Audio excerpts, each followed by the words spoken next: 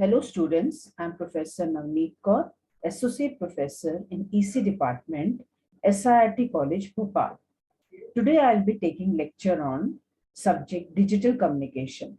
The topic which I will be taking is D1 Digital Carrier System. First we will see what is time division multiplexing. Time division multiplexing is a digital multiplexing technique for combining several low-rate channels into one high-rate channel. Now, here we can see the figure which describes the process of time division multiplexing. In this figure, we can see that there are four signal sources. The signal from each source is sampled. Each sample is transmitted at an interval of Ts, which is sampling interval. When we consider a single source, then in between the two samples of each source, there is a time interval of Ts. Since the duration of the sample is very small as compared to the sampling interval Ts, the space between the two samples is wasted. Now, in this space, the samples of other sources like source 2, 3, and 4 are adjusted. And so the interval Ts, which was initially used to accommodate only one signal, now it is used to accommodate four signals. So here, four signals, or we can say four samples from four sources are transmitted simultaneously by occupying the sampling interval Ts. So this is called time division multiplexing. Now these samples will be received by the receiver side, and the samples of all the four sources will be recovered by their destinations respectively. Here we can see the sharing of the signal is accomplished by dividing available transmission time on a medium among users. There are two types of time division multiplexing: synchronous time division multiplexing and asynchronous time division multiplexing. Synchronous time division multiplexing is the original or most commonly used time division multiplexing. T1 and ISDN telephone lines are common examples of synchronous time division multiplexing.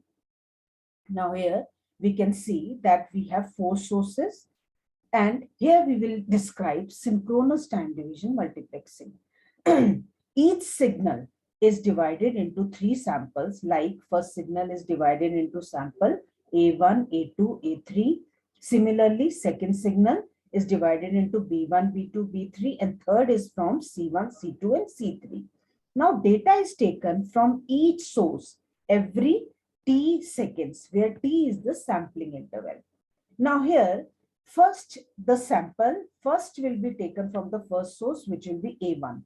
Then B1 will be taken from the second source, and then C1 will be taken from the third source. So A1, B1, and C1, they will be accommodated in one frame. Similarly, A2, B2, and C2, which are the second samples from all the three sources, will be adjusted in frame 2. And A3, B3, C3 will be accommodated in frame 3. So here we can see that each frame occupies a time interval of T second. So each time slot duration for each sample of a single source is T by 3 seconds. Three types of popular synchronous TDM systems which we use: T1 multiplexing, ISDN multiplexing, and synchronous optical network. Now, here we will describe T1 digital carrier system. T1 digital carrier system is used to convey multiple signals over telephone lines using wideband coaxial cable. Here we accommodate 24 analog signals which are band limited to 300 Hz to 3400 Hz. Now, each signal is sampled at the rate 8 kHz. Now, each of the TDM signal is analog to digital converted and companded. The resulting digital waveform is transmitted over a coaxial cable. The signal is regenerated by amplifiers called repeaters placed at appropriate intervals. At the destination, the signal is companded, decoded, and demultiplexed, making available 24 original signals. So in this figure, we can see the figure representation of the T1 digital carrier system. Here we have 24 voice channels, which is used in telephone lines using coaxial cable. Each signal is band limited to approximately 300 Hertz to 4000 Hertz. Now, each signal is pulse code modulated and sampling of each signal is done at the rate of 8000 samples per second. And we use 8 bits per each sample. Now they are combined using time division multiplexing and is transmitted over a channel.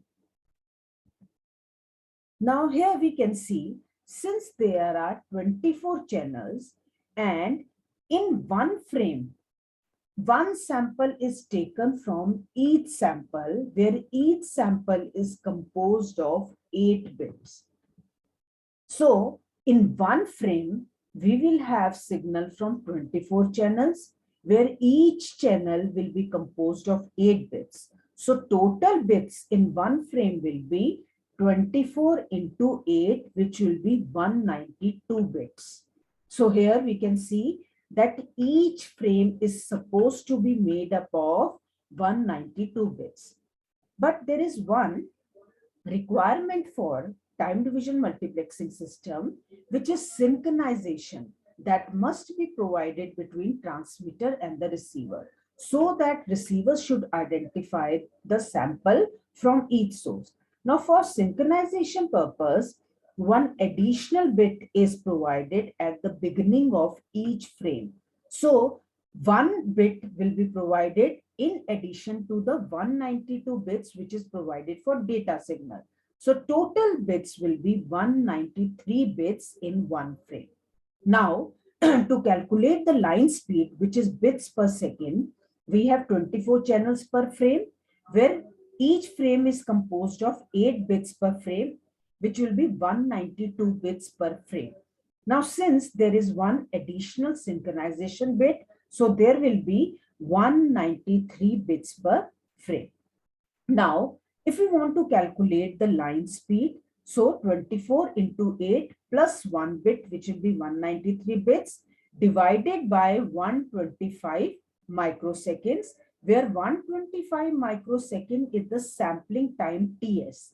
TS is given by 1 upon Fs, where Fs is the sampling interval, and sampling interval is 8 kilohertz.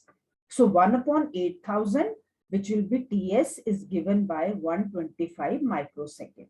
Now, if I want to calculate line speed, which is given by bits per second, it will be 193 bits divided by 125 microsecond, which will give 1.544 megabits per seconds. Now, in addition to the synchronization bit, one additional signaling bit or framing bit is also added to provide signaling information, maybe between the two exchanges, between the user and the exchanges, to provide information about the dial tone or the busy tone. Within each superframe, there are 12 consecutively numbered frames. The signaling bits are substituted in frames 6 and 12. It is provided at MSB into frame 6 and LSB into frame 12.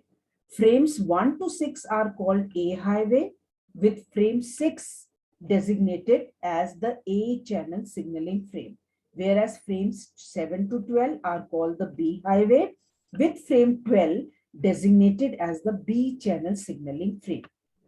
To identify frames 6 and 12, different framing bit sequence is used for the odd and even number frame. The odd frames like 1, 3, 5, etc. have an alternating alternating 1 or 0 pattern. Whereas even frames 2, 4, 6, 8, they have a 0, 0, 1, 1, 0 repetitive pattern. So in this case, the combined framing bit pattern will be 1, 0, 0, 0, 1, 1, 0, 1, 1, 1, 0, 0. Now this is all for today's lecture. Thank you.